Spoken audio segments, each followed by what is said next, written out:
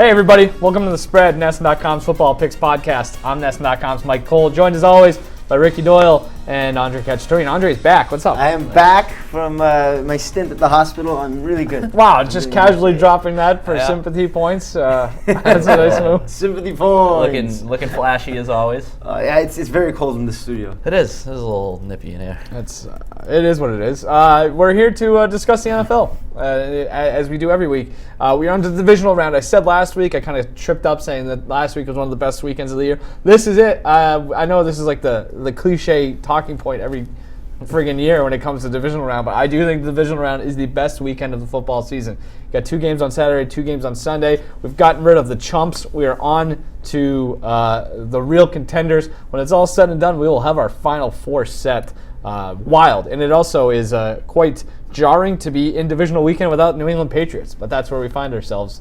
Coming into this one, we were all over it though. We were. 2 of us at least. Oh yeah, yeah. I had the other team, the Titans. You had the Patriots. I had the Patriots. Yeah, you had it. I think you were forecasting almost a blowout. I did, yeah. I was wrong. I thought the Titans didn't attempt a field goal in the game, did they? They won 21-13 in that game. Yeah, I think you're right. So I thought they didn't have to. I don't know if that was the game you said. I don't think I've disagreed with you on anything more in my entire life. But was it? No, I think that was the Vikings Saints game. Is that when I was the only one who picked the Vikings on that one. So any other quick takeaways from last week for you guys? I don't know. I have the records. Talked about if you this. want the records? Yeah, not really, but go ahead. You were 2-2, Ricky. And we were 1-3. Yeah, so I mean that Texans game killed me. I felt like I handicapped that perfectly, but I was saying to you that half point is there for a reason. Right. Like that's watching the first half of that game. I said to myself, "Wow, we all three of us really called that game perfectly." And so the one thing that we didn't really consider, and maybe this is something we get into a little bit more this week, is the quarterback play. And Deshaun Watson did Deshaun Watson stuff. Josh Allen, I think spreads notwithstanding, we had a pretty good read on last week. Yeah, I agree. Yeah, but that's out of 3 of the 4 games, and it's a good way to lose money. Yeah, but I mean, we're sort of over how those things were going to play out, and then for one reason or another, obviously. I mean, with the Eagles-Seahawks game, things might have been different if Carson Wentz doesn't get hurt early on. Once that happened, I'm like, well, Seahawks are going to win this game. Yep. Got some big spreads this week. We do, and that's the thing. For as good of the round as it should be. But who knows? Let's get into it. Let's start Saturday afternoon with the NFC.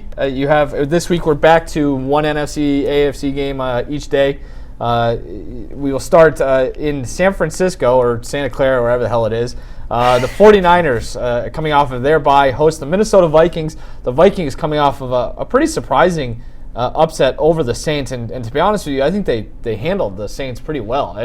That game was close-ish, but it never. Yeah. I mean, it went to overtime, so obviously it was. But I don't know. It felt like the Vikings were able to do what they wanted at times in that game, and their defense was as good as they've been all year. So the 49ers, opened at 7-point favorites here. It looked like there was about 2/3 of the bets kind of came in and drew on the 49ers, but.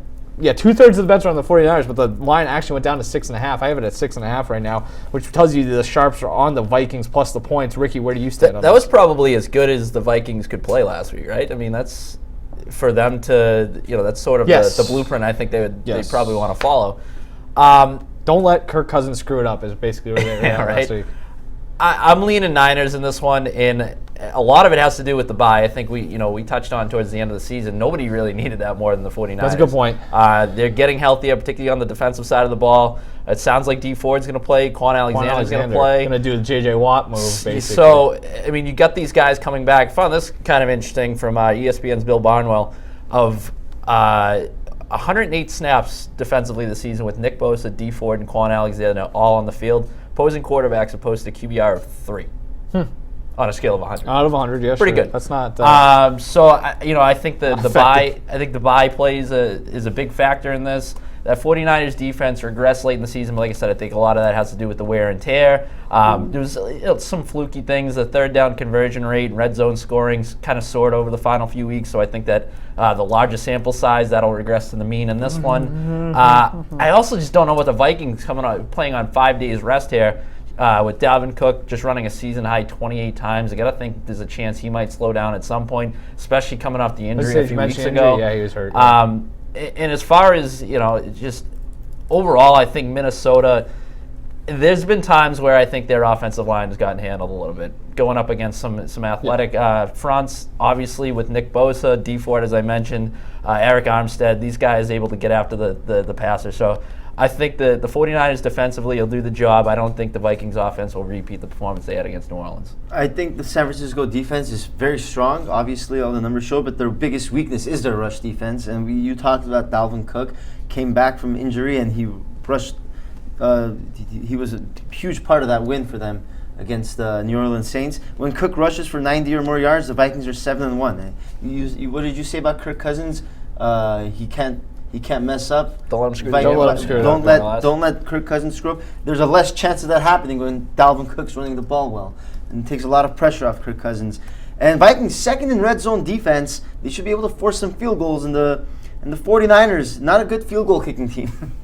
They were 10 for 17 on field goals longer than 40 yards this season. So they're going to need to get closer to. They need touchdowns. Yeah. And I like the fact that Minnesota is one of the best turnover differential teams in football. And also, Minnesota has only allowed one touchdown to tight ends this year. George Kittle's a monster tight end for the Niners. Jared Cook had a nice week last week against them. Yeah, maybe. I just think Vikings have the more complete team, and they're going to be able to expose the 49ers of their weakness, which is their rush defense. It's just a big number too, 7 points. Vikings, 3 of their 5 losses were by one possession, and one of those losses when Cook was out of the lineup against the Packers. So, yeah, give me the Vikings. I'll take the Vikings too. I think it's a decent, relatively speaking, matchup for them. I'd like a couple more points in this one, but you look at of the teams remaining, Minnesota has the best red zone defense remaining, which we saw last week against the Saints. You know what? Did I not put these numbers in my? Golly, the red zone was huge last week, and I mean I guess it's big every week, but I feel like these things kind of stand out more.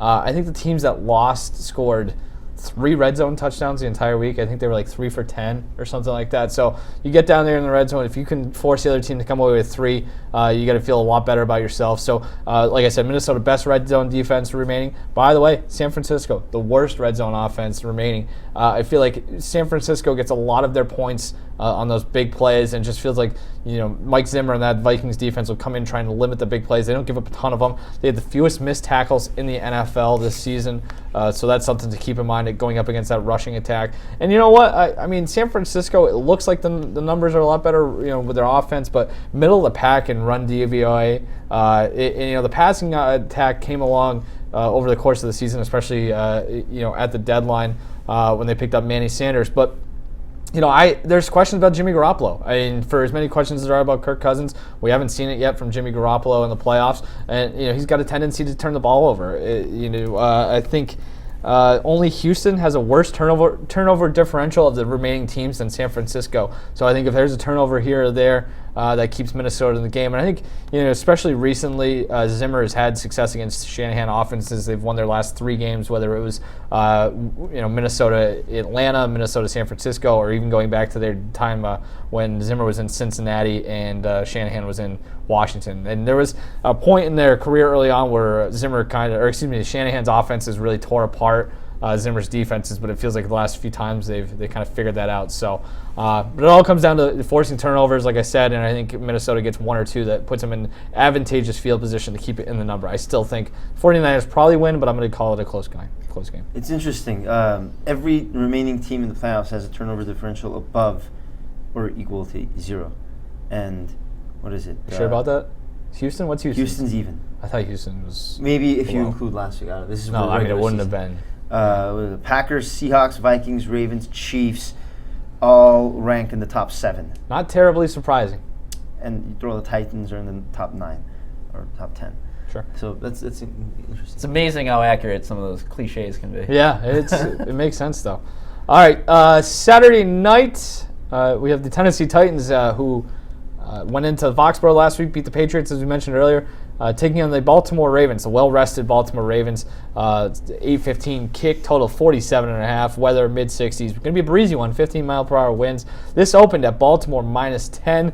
Bet's about 50-50. The line dropped to 9.5 some spots. Maybe even 9 a couple places, but we're going to go with 9.5 here, I suppose. Ravens laying the 9.5. Andre, who do you like here? It's tough. This one's a tough one, but it's such a big number. I'm siding with the Titans because of that huge number. And also, I think there's something to be said about, there's no data on this.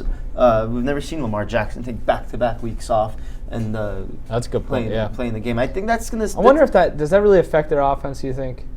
I think they might start off slow, especially against a hungry team like Tennessee, who's just beat the Patriots on the road.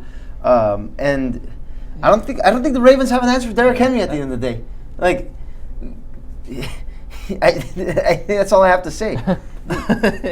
He's just so good in the last 6-7 weeks.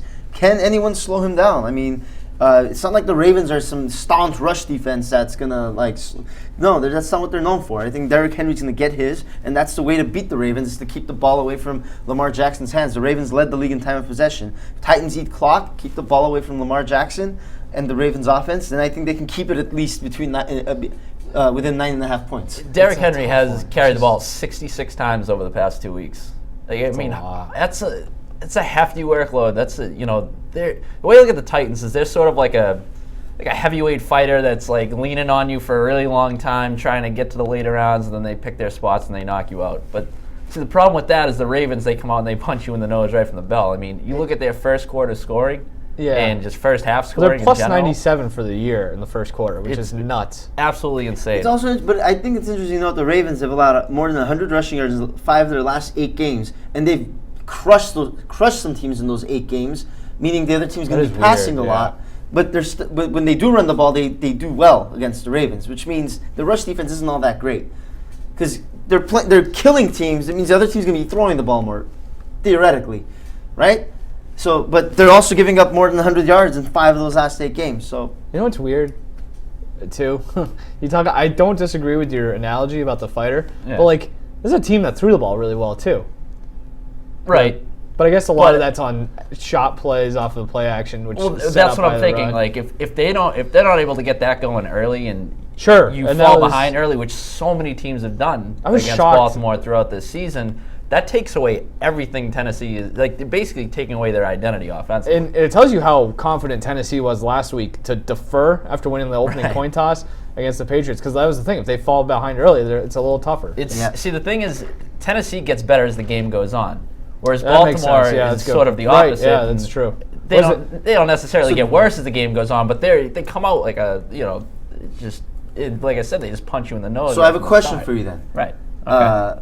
Do you think that long layoff will hurt the Baltimore offense in the first half? I don't. I actually think it'll work in their favor. Tennessee. I don't the extra rest this time of year, and when it comes to this sport in particular, not to get overly simplistic about things, I think you take the rest every day. Tennessee led the league in second half points this season, but by a shade over Baltimore. Right. Yeah. So Baltimore did well. And meanwhile, the Titans 27th in first half points per game this season. This could go off the rails early. Oh, and the thing with Baltimore too, if this is I'm trying to think of an offense maybe even Green Bay or something where you have to get into a rhythm. Maybe that doesn't make sense. But a West Coast offense or something, maybe that's a little bit more different. But I think, what kind of rhythm does Lamar Jackson need to get into to run to break a 60-yard run in the first quarter? Does the rest really, you know what I mean? Yeah. There's not a lot of timing elements to that. It just happens, But, that can obviously happen. I will say for the Ravens, overall, just winning the game, they will win the game. And great stat is Bird teams to have hosting the playoff game are 10-1 all-time postseason history. The first loss actually came last week when the Eagles lost to the Seahawks. But another Bird beat them. So does that really count? No. I don't know. So it'll be 11-1 for the Birds. So you know what? I'll be honest. There's 5 Birds in the NFL: Cardinals, Ravens, Seahawks, Eagles, and Falcons. Okay, great. What are you saying? No.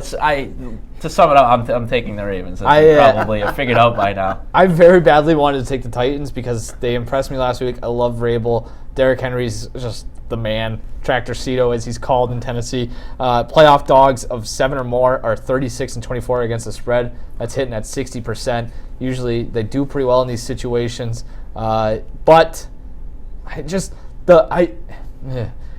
it's almost like if I was going to pick Tennessee to cover, I'd like them to win almost, because I think for them to cover, they have to play the game their style and control the clock and all those things that you said. I don't think that's going to happen. I think they fall down early. They're going to have to be much more perfect than they were last week. They did not play a great game against the Patriots. Just they outlasted them. It's completely what it was. Right. They took their liberties through the run game and they found a way to escape there. I just think it's going to be much more difficult against a much more talented team this week. And I do think Baltimore gets off to a hot start. And it's just, I don't know, maybe there has been some big play potential that makes you think that they can get back into a game, but I just can't see the Titans falling behind and having a ton of success in terms of climbing back into it. And this is probably the one stat that kind of threw me over the edge, and I'm trusting a guy named Brett Coleman, who has like the Film Room podcast or YouTube page or something. So I'm going off of one stat I saw on Twitter, and he could even be wrong. I don't know. But Derrick Henry this season on on rushes outside zone or toss plays, he averaged 6.5 yards per carry, 594 yards off of contact, 37 broken tackles, 7 touchdowns, 800 yards total. The Ravens against those outside zone or toss plays, only 3.7 yards per carry, only 8 broken tackles all year. So I guess they do a pretty good job with the linebackers and the ends and maybe the secondary coming up. What's the thing? We haven't even really. It's a guy. I said I don't know. Haven't even really touched on that. The strides that they've made defensively. Right. I mean, especially in the wake of the Marcus Peters and trade. It's something they are talking to. It's Earl Thomas came out and said the Patriots looked like they didn't want to tackle. Yeah. Maybe I don't know. It's just, and Lamar Jackson can be the best player on the field. And the one thing that, we touched on this with the last game was the importance of the red zone when it comes to these games. Yes. And the Titans, 30th in red zone offense? not in offense, they're first in red zone offense and scoring at like a crazy clip for the entire season. Titans. And this past week, going up against the Patriots, who just couldn't punch the ball in the end zone, I don't think you're going to have that problem with Baltimore. I mean, if there's one team that can sort of match wits with Titans when it comes to the red zone efficiency. Titans are 30th in red zone defense. Yeah. And the Ravens are second behind the Titans in red zone offense. Yeah. So, I don't know. If you get down and close, I think the Ravens they're not going to settle for 3 points like the Patriots. Probably not.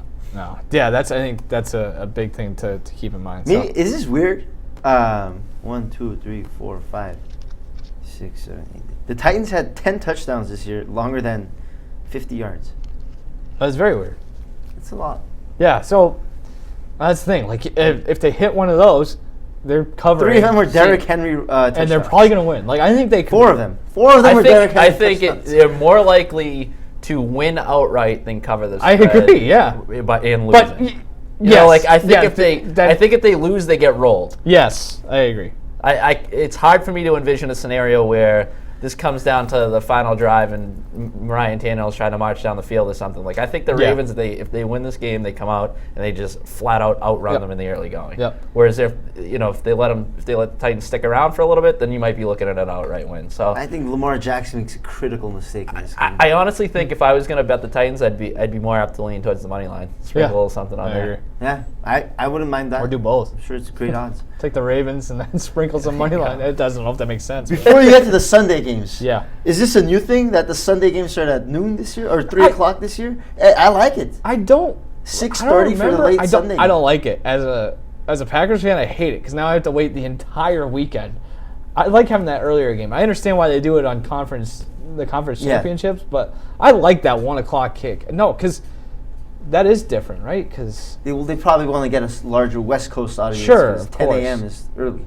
Yeah, I'm with you. I like the 1 o'clock kick on Sunday. Yeah. But I get it. Whatever. All right, let's go to this next game. Sunday, 3:05 Houston p.m. and Kansas City. What am I supposed to do for Sunday afternoon until? Mow the lawn. Mow the lawn. Okay. All right.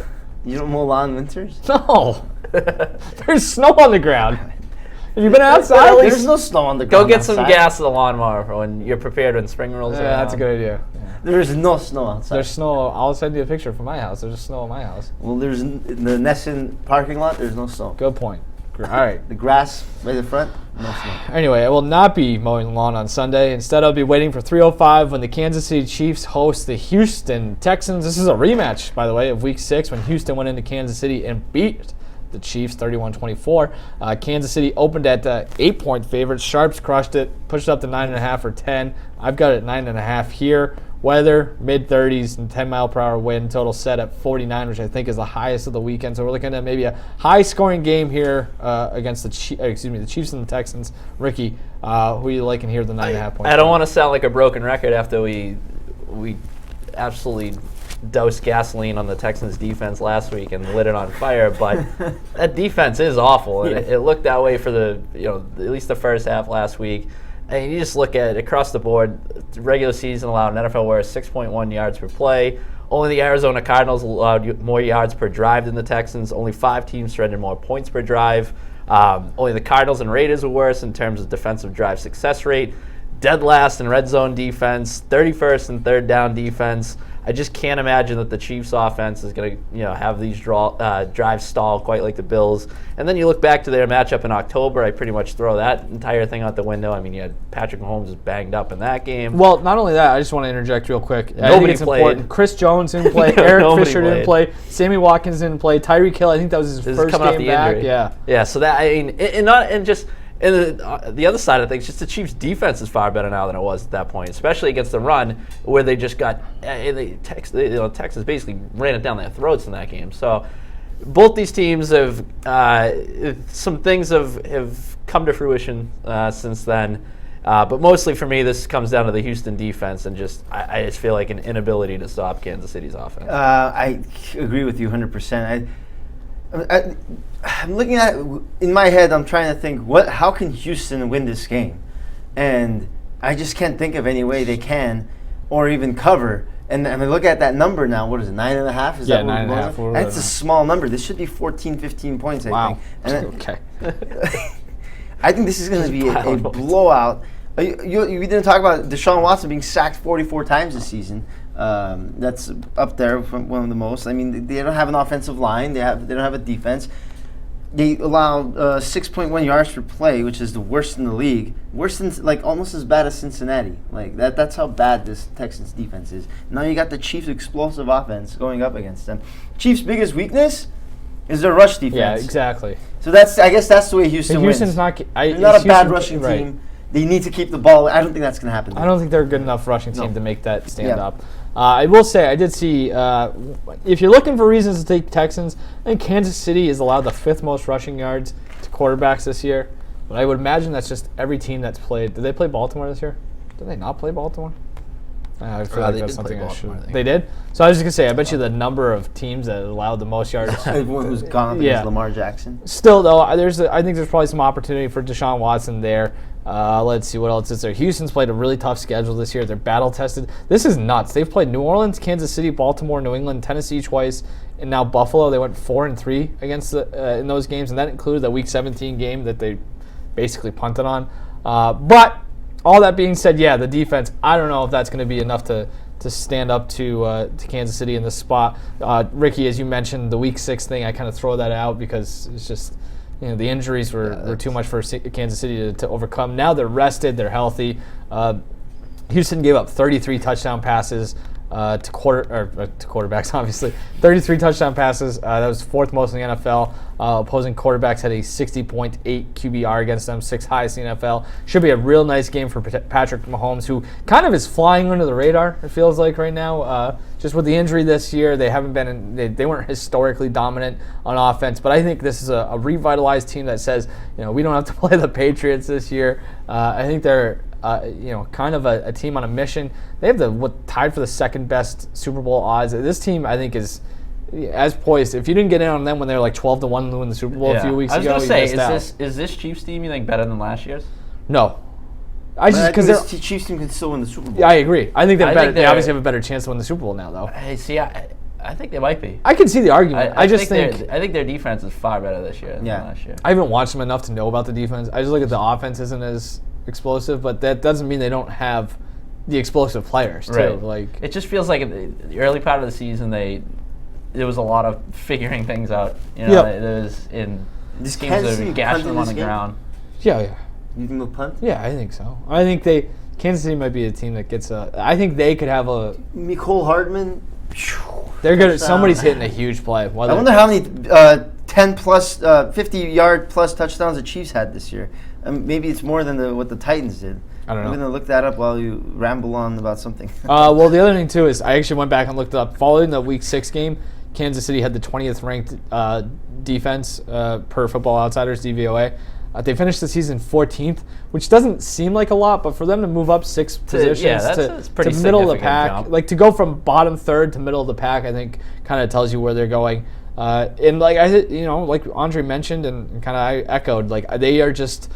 You can still run on them, I think, but I just don't know. I'd feel like if Tennessee was coming in, this would be a much different conversation. And then if we get in the conference championship next week against Baltimore, it's a huge thing too. They had 16 touchdowns over 40 yards. I was just rambling there to try to get them by time. Tyreek Hill had 1, 2, 3, 4 of them, and Hardman had 5, 6, 7, 8, 9. Combined Hill and Hardman, 9 of the 16. And one of them was a 104-yard kickoff return by... They have good special teams, too. But Houston does, too. To the point about the Chiefs' defense, too, is the Steve Spagnuolo coach defense, where I feel like traditionally the Giants' defense, when he was there, sort of got better as the season went on. Even maybe Baltimore to a certain extent. So there's a little bit of a precedent there. Like I don't think this is necessarily coming out of nowhere. Like I think this has the potential to have some staying power throughout the playoffs. Yeah.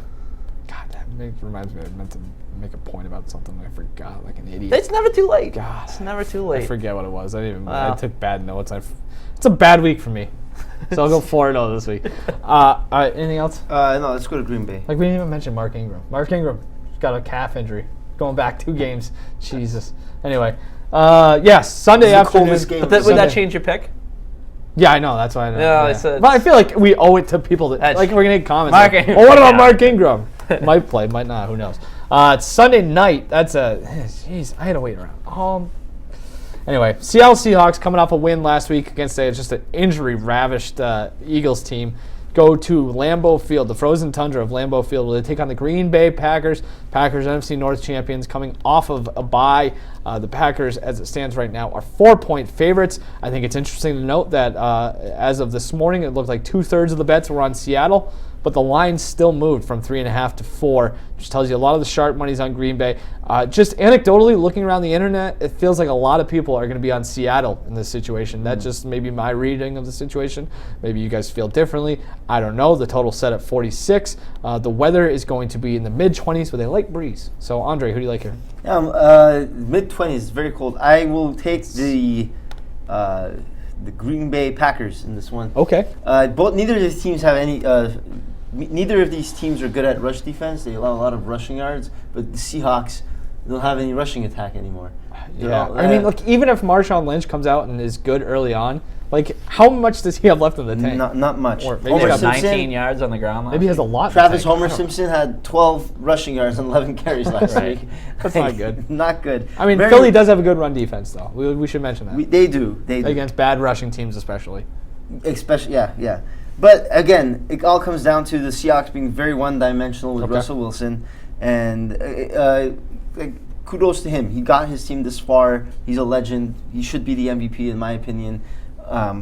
But eventually it has to stop. This is where the magic dies. I think the Packers rested at home. They're healthier. Russell Wilson can't do it by himself.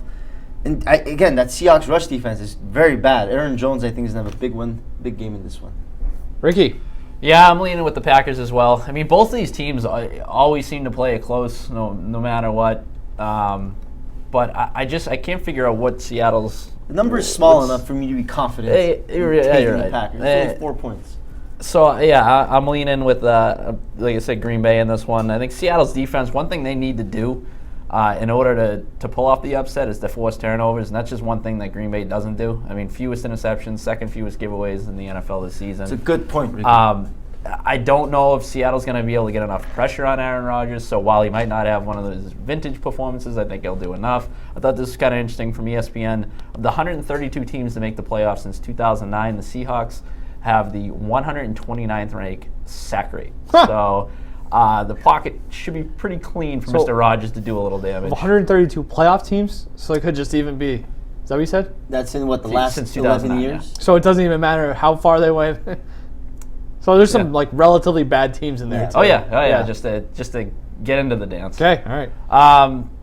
Yeah, I could see, and on the other side, I could see the Packers defense causing some problems here. I mean, it seems like every time you talk about the Seahawks, you're just banking on Russell Wilson doing something, which to this point, I mean, God bless him. I know. But I just, with the offensive line issues that they continue to have week after week, maybe Zadarius Smith and Preston Smith take over this game a little bit, and we've seen it with other teams in the past. So I'm going to lay the points. I'm not in love with it. I'd probably stay away from this game just altogether in general because I don't really have a good read on either of these teams. They just happen to play. I think they're I'm both very confident in overachieved. this one. I think I'm very confident in the Packers. So, which make me change my pick. Your level of confidence right now. Very confident. But yeah, so I'll lay the points. I'll take Green Bay. I hate how confident I am, but I think I'm with you with the Packers. I'm going to lay the points. I have the same feeling. This rivals the feeling I had about the Tennessee game last week. Is when I started digging into the Tennessee game, I'm like, they could go win that game. And the only thing keeping me from really getting into that and diving in and really bumping my chest and saying, this is what I believe, is the mystique and everything with the Patriots and going to New England and Foxborough. Same thing right now. Is the only thing that's keeping me from saying this is going to be a blowout is Russell Wilson. And Russell Wilson could go nuts and they'll just continue. And like I said, I think I said this last week, they'll win the Super Bowl and I'll still be like, I don't know. Yeah. But I'm not sold on the Seahawks. And this is one thing, I mentioned the weather for a reason. Since Russell Wilson took over, this is 2012, I think, they've played just 3 games with a temperature of 35 or less. That's seems wild. Wrong almost, but I looked it up on Pro Football Reference. They went 1-2 in those games, scoring an average of 13 points per game. One of those games was a playoff game. It was maybe it was 1-1? No, just one. The Minnesota game, remember that when Minnesota was getting Blair Walsh game? They played at University of Minnesota. It was like -8, I think it was for the kickoff. Yeah, and Blair Walsh missed a kick. They would have lost that game too. So Russell Wilson, there was a loss at Kansas City where he had a 97 passer rating. Other than that, 61.2 and 41.3. That 41.3 passer rating came December 11th, 2016. Guess where that was? No. Green Bay, Wisconsin, against the Packers. Packers won that game. I think it was 38-10. Wilson, 22 of 39, 218 yards, 1 touchdown, and 5 interceptions. Ooh. That's a lot of interceptions. I thought this is, by comparison, Green Bay, since 2012, has played 31 games where it's 35 or below. They went 21-9-1 in those games, and only 4 of those losses came with Rodgers playing the whole game. There's some Deshaun Kaiser games mixed in there. There's a Rodgers injury game mixed in there. So it's a spot that they've had success, and at least they're familiar. They're a cold weather team. And 35 isn't even that cold. Like that was a pretty. The fact that there's only 3 in there is weird. Yeah, it is, yeah. But also Seattle, the matchup things too. Seattle gives up the 3rd most explosive run plays this season. Green Bay has the 2nd best red zone defense of any teams left. So again, I talked about how big that is this time of year. And you go back to what we said last week. We said, I don't know about that offensive line for Seattle, and they allowed 7 sacks. And we said, I don't know about the offense or the run game. They hit 2.5 yards per carry. So I think that's going to stand up a little bit more this week. I think the Packers are much better suited to take advantage of that with their offense. I do agree with you. I think it's another big game for Zadarius Smith. Maybe they run at him and try to neutralize him. But also, if you go back and watch that Seattle-Philly game, the Eagles got they were able to generate a lot of pass rush up the middle, which I think could be looking at a huge Kenny Clark game, who's one of the more underrated defensive players in the league on that Packers interior defensive line. Dean Lowry could be a nice game for Dean Lowry as well. Even better, Dean Lowry shot. Blake Martinez, I think the middle of that Packers defense is poised for success here. It's going to be fascinating to see how they go about trying to stop DK Metcalf, but I don't know. I mean, the Packers have been susceptible to some big plays this year, and that's where Seattle is going to have to win the game. But I just think, the Packers with the extra time to heal up and, I don't know. Like there was nothing especially impressive about Seattle last week. No. Against a much worse I came away from that discouraged more than encouraged if I'm looking at Seattle's overall potential. Yeah. Because that's true. Once Carson Wentz went down, you would like to think that they should blow them out. Yeah. Instead, they let Philly stick around for a little bit. So I mean, again, also we talk about battle of the trenches all the time. Russell Wilson sacked more than any quarterback. It was even last week. How do teams even get to him though? He's just and that just shows how bad the line is. That's just it does. Would you say they have the quarterback advantage here? Yeah. That's the one thing. Very slight, but I had to think like 3 seconds before I said that. And that's part of what you said about just like the overall sort of mystique, or just it's not even mystique. It's just he's capable of hitting a big play that makes you go like, God damn it! What are we doing here? Look at the history between these two teams too. Right. And you going back to the Phil Mary game. Well, even and the last year, both of them sucked, and they still played. It was a Thursday night game. It's 27-24. It's down to the wire. Like, it's just one of those games where it's I like to stay away from. If you picked the Packers, though, yeah, I did. Yeah. So we're all on the Packers there.